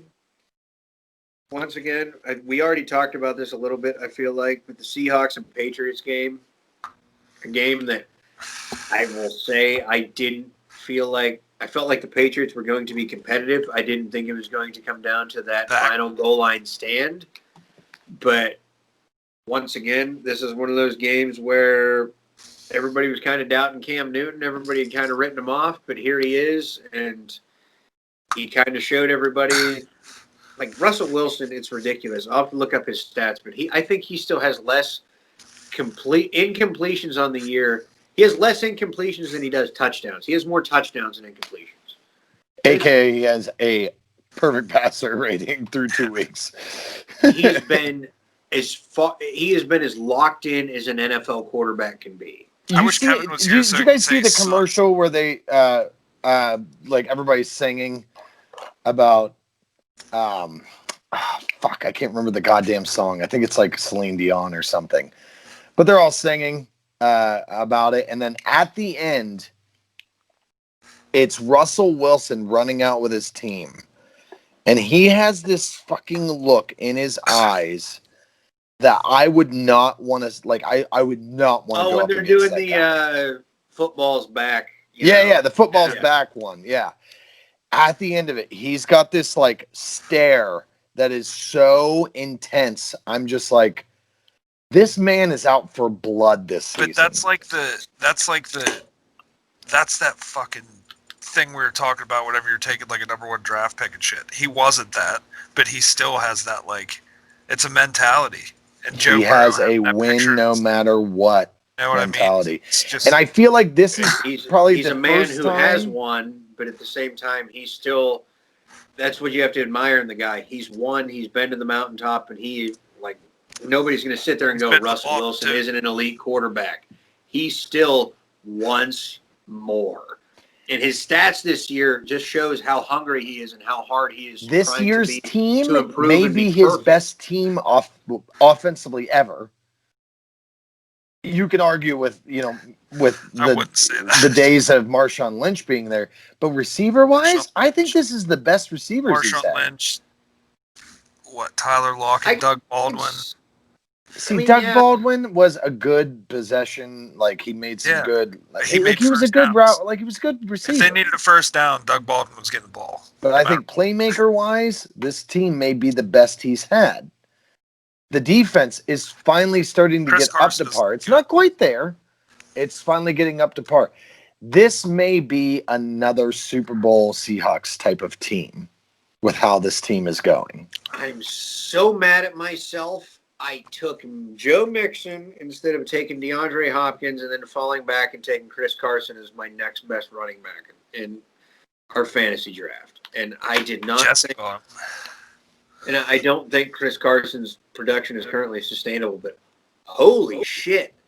After their, running back by committee stuff the last couple of years, all of a sudden it's like, we're going to run with one guy and he's going to be great. Where's Rashad Penny? The number one. They've got him locked in a broom closet, like hogtied before the game, and he's on the practice squad technically or something. I don't know.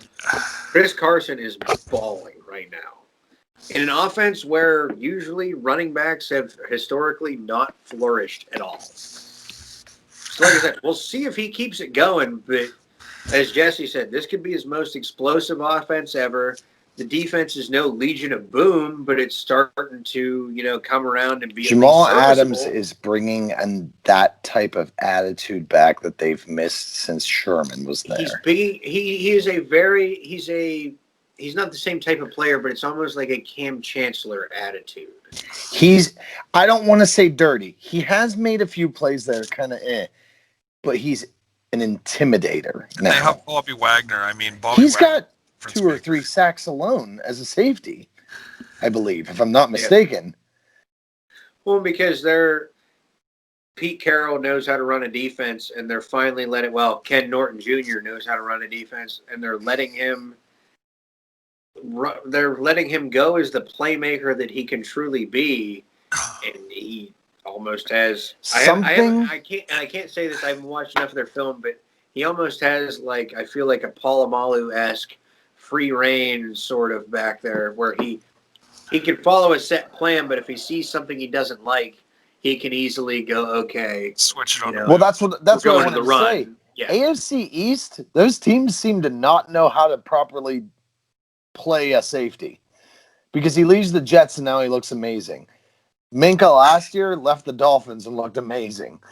It's like they don't know how to properly deploy safeties at all. And like I said, I mean, Bobby Wagner is a true quarterback of that defense. You know what? He's not an athletic specimen or anything, but he is when it comes to football, he is football. You look at smart. all those players that were left from that Legion of Boom, and when you look at that on paper, you would think the guy they would never get rid of, Richard Sherman, guy they would never get rid of, Earl Thomas. Bobby Wagner was the right fucking choice to not get rid of.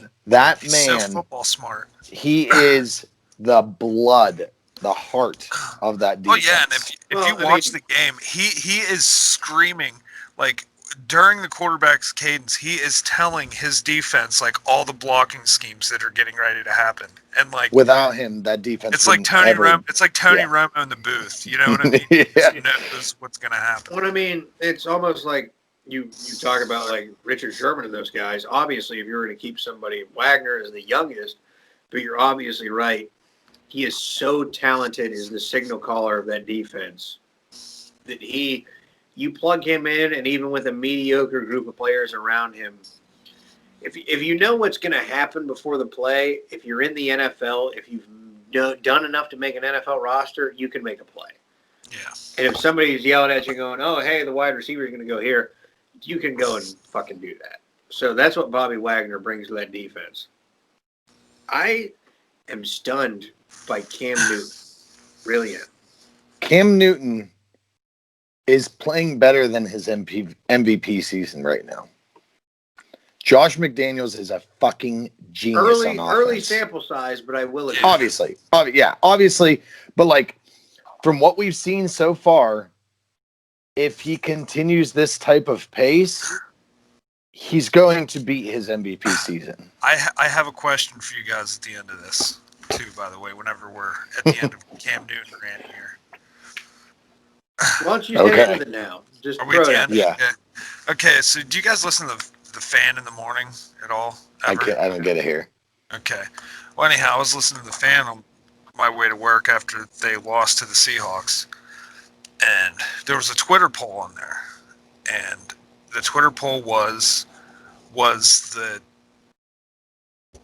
quarterback keeper, was that the play that should have been called in that situation?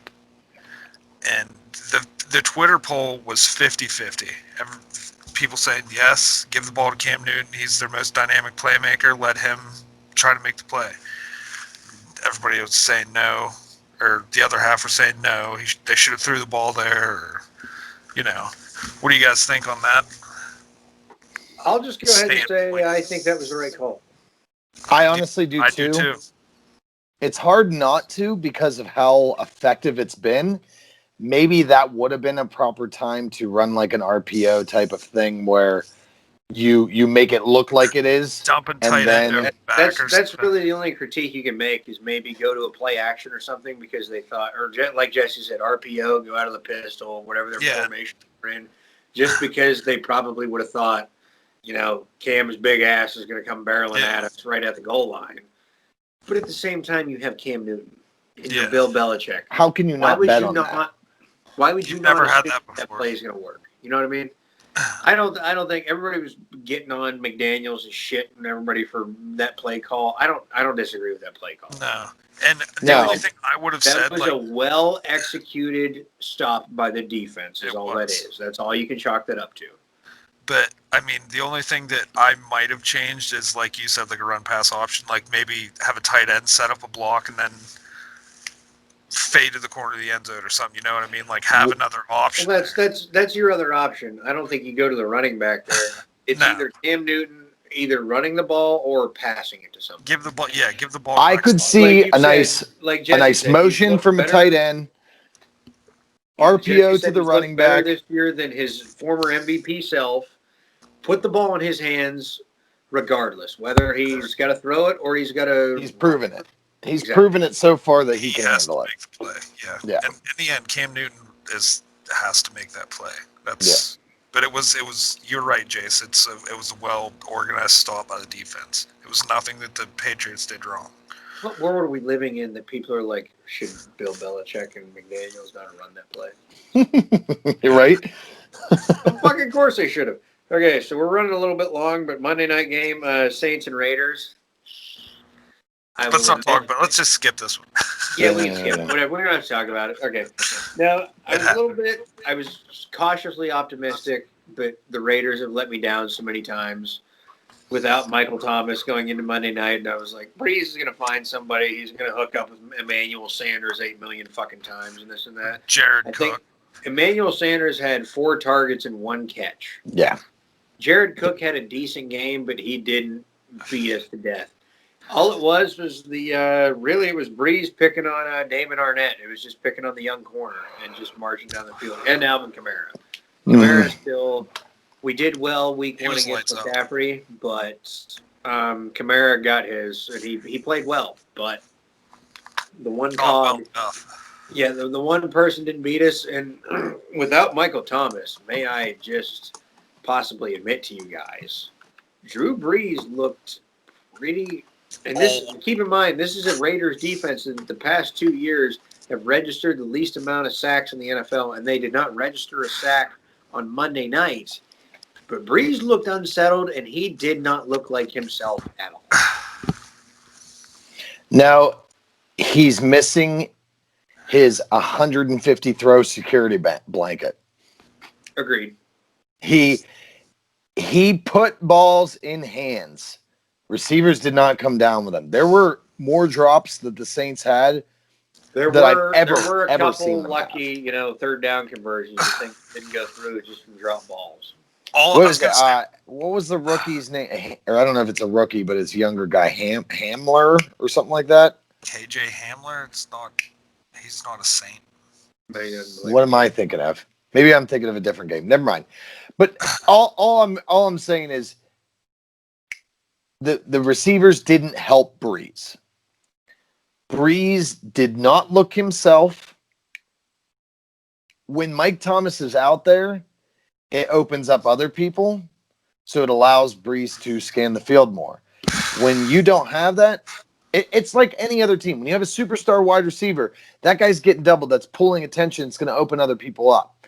But then when he does get open, you know where he is. So So when you don't have that, everybody gets blanketed, and they can put pressure on you more. And that's just what happened. I was going to say, Abrahams is looking good. Abrams, excuse me. Abrams is looking great at the safety position right now. That hit he had on McCaffrey week 1 made me feel things that I haven't felt in a long time. He actually talk about how I legitimately thought he was paralyzed. Like I thought. That scared the shit out of me. Well, I was so scared just because they didn't. It was funny because obviously we live in a duplex. Bria's upstairs. I was downstairs with Homer and Dad watching the game on the couch because she was trying to fall asleep. With her experience, they didn't show the replay or anything of how it happened. They just show him lifeless, and she's like, "Oh my God, get him on a backboard. What the hell happened?" And then they come back from the commercial break, and he's spitting out Gatorade. And he's like sprinting off the field, and it's like, what the fuck? How did that happen? I did see that the camera cart is out 3 to 4 weeks. Yeah. So it's on the injury which report. one was he? Was he the one that ran into the side or the one that hit him in the back of the head? He honestly, he ran like he didn't get hit anywhere in the head because when I saw him laying next to the camera cart, my thought was he tried to lean like forward, like he was trying to take the guy out. But all it was his momentum carried him, and he kind of just like slapped, like no, not really head first or anything. He just kind of glanced off the side of it. I think it was one of those ones where it was like, "Ow, that really fucking hurt." I'm just gonna lay here and let this, pass. That was Make terrible. sure that I'm okay. All right, everything moves. Like, all right, we're good. Maybe got the wind knocked out of him, something like that. But there was he ran into the side, and then the other player that was coming in for the tackle got a lot of momentum, and he rolled over, and it was like the tire hit him in the back of the helmet. And then he rolled, but he got right up, and I was like, I can't remember if that was Mullen or Arnett, but whatever corner that was, because I remember watching that, and I thought, like, when you watch the replay, like, that looked like it hurt way more. But whoever that was sprang right up, and they were, like, walking over to Abrams, and they're like, "Dude, you all right? You good?" I was like, like, I was terrified. And you think last year he played one game, he played, like, 4 snaps, got a season-ending shoulder injury. He's the impact, like he is the impact player on this defense. Like he is the one that sets the tone. Yep. And to lose him, and we get 1 week with him. Aggressive. We get 1 week with him, and that, like I said, that hit he put on McCaffrey, I was like, all right, okay, he's because you didn't get him last year. He was injured week 1. Yeah. Last year. I just said I think in the Monday night game we played, it was like 4 snaps. I forget the play, but he hit somebody on the sideline or something, and I forget what he did, but it was season-ending. Like, he was done. Mm-hmm. So, yeah, obviously having him is a big impact, and everybody's really excited about him, me included. I'm just hoping. He's hitting a lot of people, knock on wood. I'm hoping we don't see a lot of helmet-to-helmets or anything like that. Which, not to gloss on that real quick, I really haven't seen too much of that through 2 weeks. It's true. There hasn't been drastic overkill of helmet to helmet. Now there's been some that have been close. Well, usually it's 2 defenders hitting on a receiver at the same time type of ordeal. Jamal Adams had one that was similar. I think it was Devin Bush even had one that was pretty close. A lot of them though are leading with shoulder, and then the helmets are becoming incidental. Yeah. So maybe they're becoming better at tackling, but I do feel like we have not. It's a new way of tackling. It's obviously, once again, week 2. It's very early in the year, but we haven't seen. We can't go back and look. We were going to look at injuries. We don't know how much of that happened versus last year, but I feel like that was a much bigger complaint to this point. Yeah, I agree with you. I feel like that was a big problem. Almost like the offensive pass interference was week 1. I mean, kind of give the refs credit. Like, I feel like there's been a couple bad games, but we can't wholesale complain too much. Yeah. Okay, but moving on after that, Raiders win. Like I said, I'm not going to put too much stock into it because you have no Michael Thomas, but I feel like the Raiders played very well. I feel like we were pretty good. And I really don't have anything other than that. I think no golf update. Bryson won the U.S. Open by hitting it 380 yards, and everybody else had to hit a 5-iron into greens. That was, the rough was 12 inches long, and he was hitting 9-iron. So wedges. Yeah, or a wedge. We really should have probably seen that coming, but congrats to him. You're going to see a little bit of a dry spell. Like I told, they're playing the Punta Corrales Championship this week, which I'm pretty sure was a Corn Ferry Tour event. Like, I think just because of COVID, they bumped it up. I'm not to disparage anybody, but I don't feel like this was a real thing last year. Like, this is just a made-up tournament. if you want money, we're They're not just we're not catching going to dwell dudes. on golf for too long. Go bet on Pat Perez and just throw the house on him. He's the Yeah. only one that really has a chance. All right, And there you go. He has like a sick Jerry curled mullet. since we're on this, probably once this will ever happen thing, and we're on this kick where I am the host, I would like to now wrap up things with my winner's rant. Since I went 14 and 2. All right. So we're kind of starting a new segment where weekly because we need to come up with a reward. Who's the host here? What do you do? So we've started a thing. We decided you kind of heard us go on about. We're trying different things because of the three of us now. We're going to go on about our gambling woes and our wins possibly and this and that. But we're going to start a new segment every week where you guys know we pick every single team week in and week out.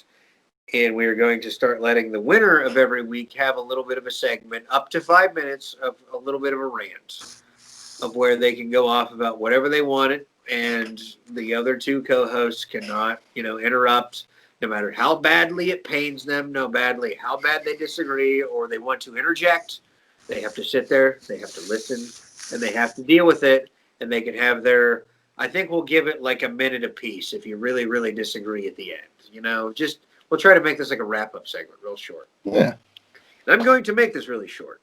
My time starts now. You ready, gentlemen? I'm ready. I'm tired of hearing about Travis Kelce. I'm tired of hearing about Zach Ertz. I think the only man you can compare him to in the NFL is George Kittle, but motherfuckers, if anybody with a set of 2 working fucking eyeballs and a brain watched the Monday night game, Darren Waller is the most unguardable and the best fucking tight end in the NFL, and it is not even close. Not even. You have a guy that is playing tight end that has wide receiver speed and wide receiver moves. You can put a safety on him. You can guard him with a linebacker. You can put the nickel corner on him. You can put your fucking second starting cornerback on him, and he will run the fuck past you. I mean, Malcolm Jenkins and D'Amico Ryans had a couple of plays Monday night where they did play very good defense on him. But this guy, like they told the story on Monday night, Gruden and Mayock in 2016 walk onto Baltimore's practice field, and this guy isn't even in pads. He's on their practice squad because he's been dealing with a serious, serious drug addiction, hasn't been able to get his mind all the way on football.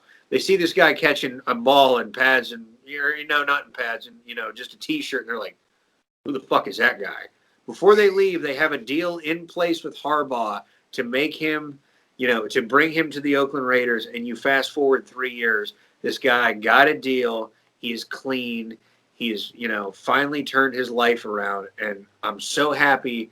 I wouldn't normally go on this rant, but I feel like it's been a close guarded secret among football fans and the people who know and the people that watch that he's kind of like a secret weapon, that he's a real deal.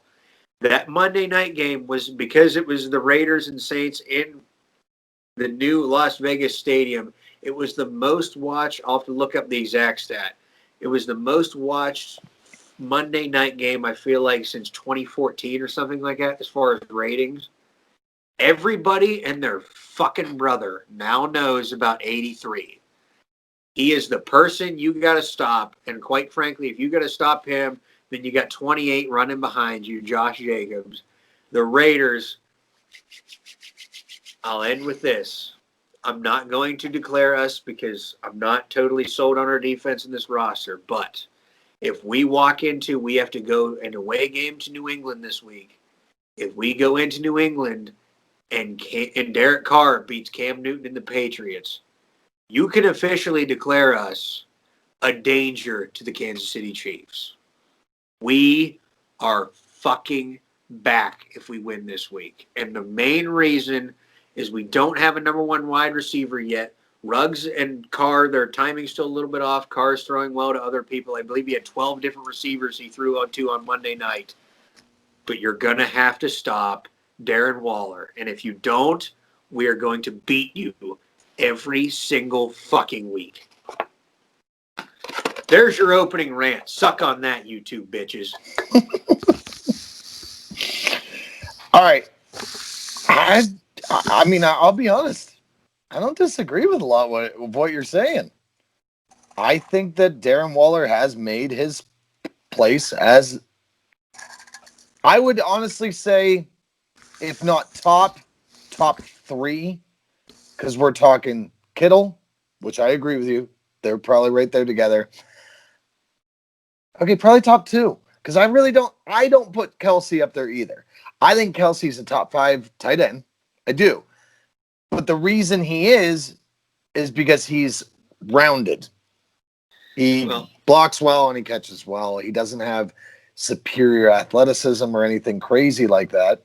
The reason I say that, play a fun game just real quick. Swap Travis Kelsey with Darren Waller in their offenses. What do you think would happen? Waller would be a Hall of Fame candidate. Him and Ty together? Exactly. Kelsey would turn into fucking Jason Witten. Exactly. On the Raiders. He is Jason Witten. He is, but he has Patrick Mahomes. And I'm not to say, like, he runs great routes, he has great hands, and he is hard to bring down after the catch, but who else was?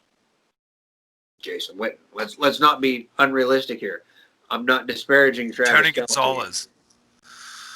His skill set, his speed, and his route running and everything, like the toolbox he has, Waller, it's Waller and Kittle at the two. Like, those are the 2 best tight ends in the NFL, and I don't think Ertz, Kelsey, everybody else is below, if you want my opinion. Yeah, I don't disagree with you.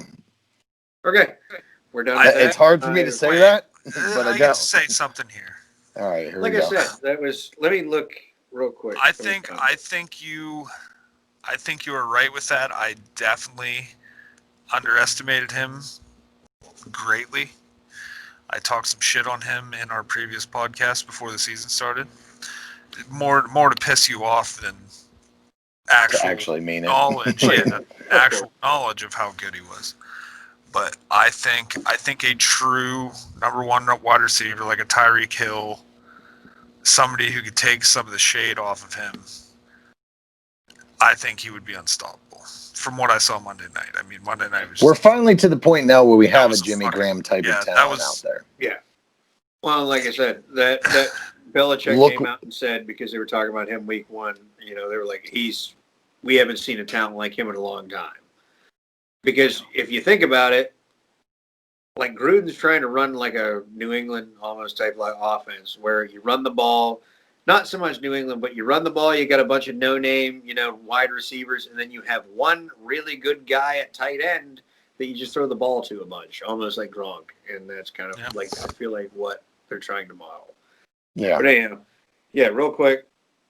The Raiders Monday Night Football debut saw 15.6 million viewers, netting the highest rating for the show in over 10 years. So that was the highest rating Monday Night Football had since 2010. Damn. For that game. So, if you don't know about Waller, now you fucking know. If you don't know, now you know. Everybody and their brother watch that game. Any final thoughts, boys? No, I think really you hit the nail on the head on Waller. I agree with you on that. I think some of these key injuries are going to be crazy detrimental to some of these teams' playoff hopes. I am very interested to see how the wild card round is going to happen. We did. I don't know if I mentioned it during the show or not, but it's all possible for an entire division to make it into the playoffs. So I'm interested to see some of these really strong divisions. But yeah, no, I'm loving what Cam Newton's doing. I'm loving what Big Ben has been able to do since he's been back from this injury. It doesn't look like he's really missed a beat now. And I'm really, really pumped to see these week 3 matchups. There's some pretty awesome ones out there. Wait, we have to make our picks. Yeah. Okay. Well, I figured I'd leave that up to you. So. All right. Well, let me. You can be host again for a second. Whoa. What the hell? You're going to make me do the grunt work? Yeah. Well, you know what? I did all the glamour work. You can take over for this. Wow. I'll keep going. Do you? Go for it. Have to. My only concern was if I keep going, you got to be typing the entire time. Oh yeah. No, I'm good. I got a piece of paper right here. All right. So let's go through NFL Week 3, folks. Let's see what we got here. So tomorrow night we have Christ, the South Florida toilet bowl, the Dolphins and Jaguars, basically. Fitzmagic versus Not a Minshew question. Mania. What do you really pick here? I'm going to go. Thank God Kevin's not here anymore. I'm going to go with Minshew Mania. What do you boys say?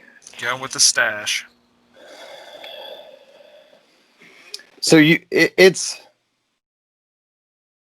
Jacksonville. Jacksonville and what, Miami? Miami. Take Miami. I see your nose throbbing. You wanna No, take I that. got to go with Jacksonville. This team has actually been really impressive. So I can't really say that I'm going to go against them. So I got to go the Jags on this. So that's a 3-0 lock. So everybody listening, go mortgage your house on the Dolphins on Thursday night, tomorrow night. That's So, right. moving on, we'll go to the 1 o'clock games. 49ers and Giants. Nick Mullins under center on the East Coast against the Giants.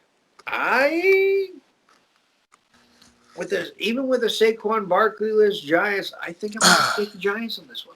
See, I'm honestly feeling that myself because you're seeing Nick Mullins has come in there and played well in the past. He looks like a baby. I fucking know. I'm very well aware. I know. He literally looks like a child, but he has played well. He beat the piss out of the Raiders on Thursday night. It was good. Yeah. And so, like, I'm not. I just. That's hard to pick against the Niners because Shanahan does a very good job at. It's a crapshoot. I took the Giants. You know you want to take the Niners. Just take Money Mullins and go for it. You're gonna do it. You're gonna take. Yeah, the fine. I'll do it. Face. I'll do it. I'll take the Niners. There you go, Andy. Danny Dimes, 3 touchdowns. He's going to go for over 100 yards. There you go. All right. The Washington football team and the Cleveland Browns. Browns are at home. 300 I hate to say it, but cream of wheat and the Chubbaroonie, I'm going to go with the Browns. I agree. I think I'm going with the Browns as well. I think that the Browns actually are. This Washington team had its moment. And I think that was its only moment. I think the Browns are going to ride the momentum they got last week. They got this one. Andy? Always thinking. Yeah, That's his thinking face? that You Browns. should, with your video editing, you should pull up the Jeopardy theme whenever somebody's thinking too long. Yeah, The the Browns secondary, it looks too good for just Scary Terry, so I'm going to go with the Browns. All right. Jordan Reed's back. Did you guys know that? Yeah, where the hell did that come from? That's 2 weeks in a row. That's 2 games in a row we have all agreed on the same winner. So let's just keep an eye on that. Bengals, Eagles. You want to talk about an actual toilet bowl? Christ. I think Burrows Dude, gets his first I'm win. going for it. I mean, you interrupted me, but you took my thoughts right out of my brain. I think this is Joey B finally puts a stamp on the NFL. I would take the Browns. Bengals. I would take the Bengals. Yep. Just seeing Joe Burrow doing that interview with the picture of him smoking that cigar in his fucking locker, yeah. He is a whole ass mood. Let's just review. That is 3 games that we are all in agreement on. Yeah. 1 o'clock. Raiders, Patriots in Foxborough. It's a crapshoot here. I am going to go with the Patriots only because the Raiders historically and Derek Carr, they do not travel well to the East Coast, but I do think it will be a good game. It's a short week. I do agree with you on this one. I think it is going to be the Patriots that win this. They're just looking really, really good, and it's just week by week they're just putting more and more together. Well, historically, as a Raider fan, FYI, Cam Newton might have a big week on the ground this week because we have struggled in the past couple of years against mobile quarterbacks. So that's what worries me is we don't necessarily have to worry about Cam throwing the ball as we do him getting third and long, and we get pressure on him, then we don't have a spy, and he takes off and converts a 3rd and 14, and Yeah. keeps the drive going. I Andy? am picking Cam Newton. Not the Patriots as a whole, just Cam Newton. We're in Just agreement Cam. way too much. Bad things are about to happen. Yeah, I'm gonna have to make a giant parlay of all this and just see what happens. Just I do will whatever too. the opposite of what we say is going to happen, and you can put your twin sons through college. Bears, Falcons. Not a lot of Damn great it. games on the 1 o'clock slate. Good God, kind of some dumpster fires. I can't believe I'm going to say this. I'm going to go with the Bears. Is it sad to say I trust Mitch Trubisky in the clutch now more than I do Dan Quinn and Matt Ryan? I was going to say, And they should really take a long look in the mirror and think about that statement. I hate the fact that I'm going, agreeing with you again, but yeah, I'm going with the Bears in this one. I'm going to take the Falcons just for the simple fact that I'm sure Matt Ryan is fed the fuck up, and I think he's going to take control of this game. So I'm taking the Falcons. He should have been fed the fuck up after that Super Bowl. Right. I know, but No, that's right. After that all happened last week, he just has to be fucking outraged. We'll jump around a little bit. Texans Steelers, 1 o'clock. At home, I'm going to take the Steelers. I think that defense is good enough to corral that offense. I think they're good enough to keep Deshaun Watson from going crazy on the ground and keep him in check. And at home, it's really hard to take that offense. You know, it would be hard to bet against that offense against the Texans defense. It's basically J.J. Watt and some other guys at this point. We all agree on that too, then. Yep. Since I haven't done it yet this episode as the host, I'm going to bias button you both right there just because you're, going with me. We are agreeing way too much. Yeah, way too much. It's terrifying. Rams, Bills, 1 o'clock. Bills at home. Rams got to travel out east. Josh Allen is unreal right now. Stephon Diggs. As soon as you're exactly right. As soon as I saw he got Stephon Diggs, I went, let's fucking go. He's got a deep threat. He's got a decent backfield now. I mean, their running back room was good last year or whatever. But it was the best. Yeah. No, I'm going with the Bills, and I'm thinking they're probably going to win pretty handily. I'm taking the Bills too. Yeah, I am also. I don't think bet there's any way Josh you Allen can right now. bet against them right now. How am I supposed to pull away from either one of you fucks if we all keep agreeing with one another? I guess I'm in last place. I ought to be taking some shots here, huh? Well, I mean, no, just stay in last place. That's where we like you. Yeah, please. I won this. I won last year. I won the picks last year. Titans. Yeah, Vikings. right at the end. Titans Vikings. Vikings at home. I'm still taking the Titans. I will never pick the Vikings again. Ever. Yeah, I'm pretty much done with this Vikings team. Kirk Cousins. So we are once again, as bettors, we are all on the fuck Kirk Cousins train. So we're all agreeing again. Yeah. Panthers, Chargers. So it looks like Justin Herbert again, and Justin Herbert against a Pantherless or a McCaffrey-less Panthers. I'm going to take Justin Herbert and the Chargers. Not a question. Like they're saying Herbert's going to start, correct? Because that's kind of what the assumption is. Because they're saying that they're basically telling Tyrod like, "Hey, we don't know what the effect. You need to be on like watch to die, basically." He's on COVID quarantine right now under a microscope. Yeah, he's kind of. I think that this Chargers team is going to see a resurgence. I think they needed this desperately. This is a Chargers team that literally no one wants to fucking show up for their games. This is all they've needed. The Panthers have not looked good under Teddy, and without CMC, I think with McCaffrey this game is different. But has Robbie Anderson even played? I agree. I agree with you on that one. Robbie Anderson had a big week against the Raiders week 1, but he was basically invisible week 2, I think. Yeah. I haven't even paid attention to him. I don't know. All right. What's next? Well, did Andy even make a pick? Yeah, he's- it he wasn't said a question. Chargers, too. Oh, Chargers. he's a Charger. Okay. Jets, Colts. Let's just gloss over that. We can all just agree that, Colts. Yeah, the Jets may be the worst team in the NFL right now. I know, but I'm holding And out. by respect. May, I mean they are. I really like Sam Darnold. Cowboys, Seahawks in Seattle, another one. I feel like maybe people are a little high on Cowboys resurgence, but I'm still the Seahawks are, I think, the team to beat. Possibly early predictions in the NFC. I'm going with the Seahawks.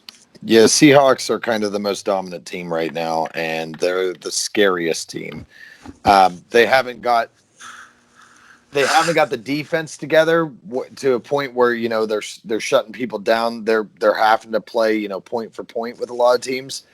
Once that defense gets to that point where they're going to start shutting people down and winning by 2-3 touchdowns, that's when this team is going to become insanely scary. Absolutely. I agree, but I don't think that's going to be this week. I think the Cowboys are going to win this game. And that's why you're last in the standings right now. Yep. And he's just basically, with that game, he's just going for upsets. All right. Yeah. Lions, That's Cardinals. exactly Once again, another one. Cardinals by a fucking mile. Like, this fucking division right now is insane. Yep. I love the Cardinals and what they're doing right now. I got to go with Kyler Murray and ride that hot hand now. If you think about it, like they've had to deal with, they've had to play the Rams, they've had to play the Seahawks. Who's Rams, Seahawks, and who's the other team? I'm thinking of. Who is the other team? Rams, Seahawks, Cardinals, and what the fuck? We're all so stupid, and we're supposed to be experts.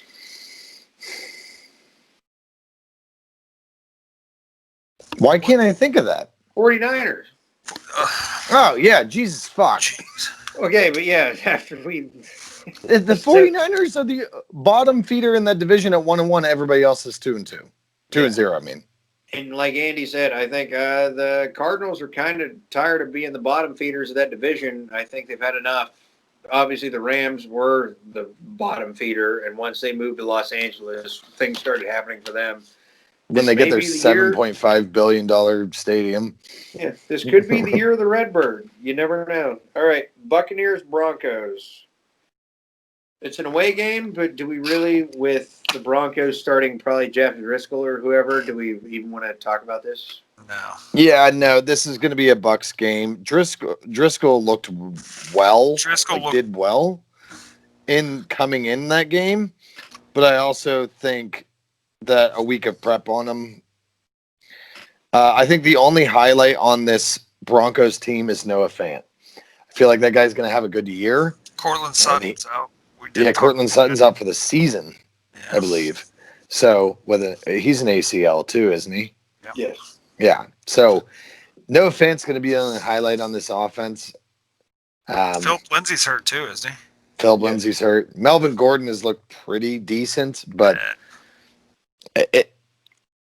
he's going to be the only highlight on this whole offense, and it's going to be a long year for the Broncos, as per usual.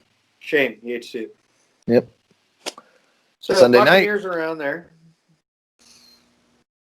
I think we all went Bucks on that one. Yeah. Andy, are you in? Bucks, yeah. Bucks. All right. Packers, Saints, Sunday night. What do we think about this one, boys? Right now, this Packers team looks scary.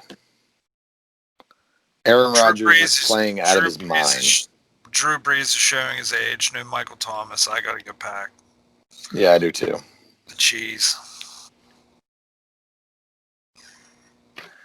And Jace leaves before he makes his pick. Pick the Packers. We'll come back to his pick. The Monday night game, this is going to be the most amazing game in the ever. This game's going to be awesome. This is the biggest thing for me in this game. I feel the Ravens have a better defense. I feel like just because they have Mahomes, the Chiefs' offense is better. I feel like who are you picking? The Packers or the Saints? I am going. Sorry, I got up like that. Random car alarm going off out back. I thought it was Bria's for a second, but I Michael Thomas out again. Aaron Jones looking as good as he is. Even with the Saints in the dome, I'm going Packers. There you go. We did too. Yep. So, as I was saying, Chiefs and the Ravens, I feel like the Ravens have the better defense right now. I feel like just because of Patrick Mahomes, the Chiefs have the better offense. I think they have better playmakers too. I'm having a hard time going against the Ravens in this one, though. And the reason I say that is what the Chargers were able to do to the Chiefs last week. I think the Ravens are going to exploit that. I think you're going to see more passing by Lamar in this game. I got to go. I'm going with the Ravens on this one at home. I tend to agree. The Chiefs defense doesn't really intimidate me too much, and Lamar is just so. This offense and Lamar Jackson is so fucking talented. Like It's crazy. And they have.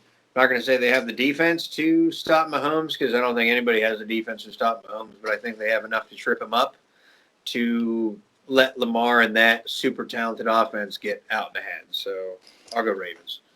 I also think that the Ravens have a better run game, which means that they can control the time of clock. Well, I mean, the Chiefs had, Edwards-Helaire has looked great. The time of clock. You're So right. their when time you of look possession, sorry.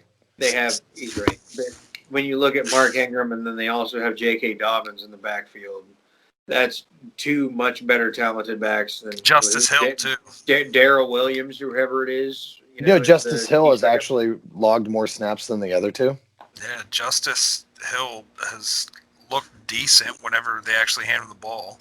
Yeah, he's a great pass blocking back. Mm-hmm. But yeah, I got the Ravens. I got to go Chiefs on the upset. Try to gain some games back here. Oh, you're wrong. You're getting desperate early, man. I would, yeah, I know. I'd like to pick the Ravens. We mentioned that we were agreeing on stuff, and then all of a sudden you started panicking and going all over the place. Well, Me and Jace have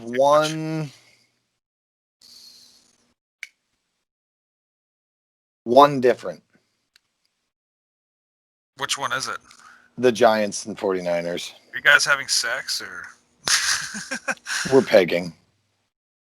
Docking. And then you have three different, Andy. So we're pretty well agreeing. Maybe this is another good 10-game parlay week for me. I was going to say either that or just go bet on whoever else we're all, betting on to win. Yeah. I was going to say. This is a fade all the rage week because we're all agreeing. I'm going to do a full, Jesse, whenever you get this done, send it to me because I'm going to do a full week's parlay, and if we win, we'll split it. Just do a buck or something. No, I'm going to throw $10 in it. Oh shit! Yeah, I'll take a picture and send it. But I'll have all this stuff posted. I'm probably going to do it in the morning because I'm fucking beat right now. Oh, I'm so fucking tired. Yeah, I'm probably. I will admit my hosting debut took a little bit longer. Yeah, you brought us to a 2-hour segment. I'm not polished at this. No. That's okay. I liked it. I was excited about it. It was a fun experiment, but I will think I would defer to you next time. All right. I liked it. I'm not going to lie. I did too. This is going to happen later this season because my children are expected to be here sometime in November or early December. With twins, we never fucking know when it's going to happen. It could happen at any moment in that time frame.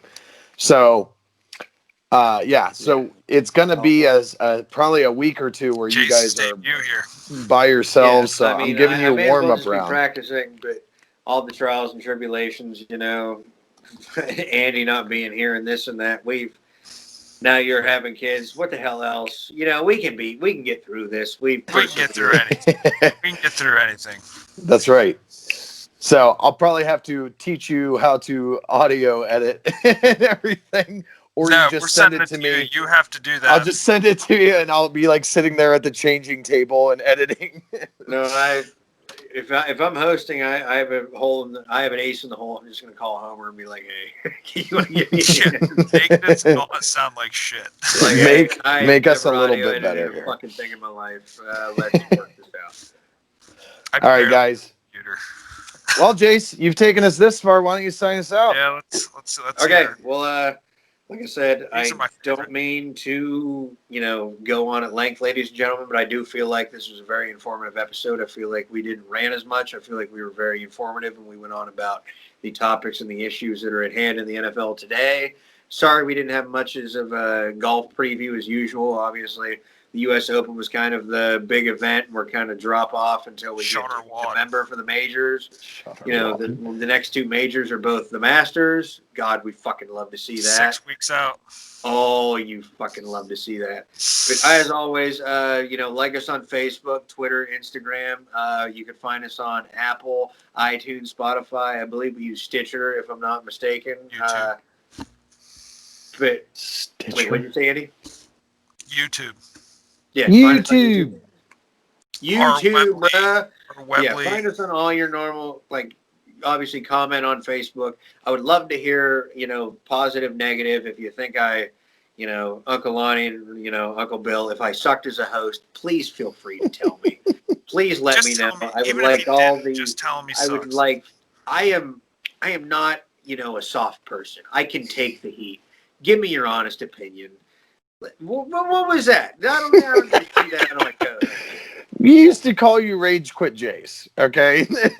I said not anymore. That was at 16 playing Call of Duty. I'm Yeah, 25 it was. now. All right, we've moved on. We've upgraded here.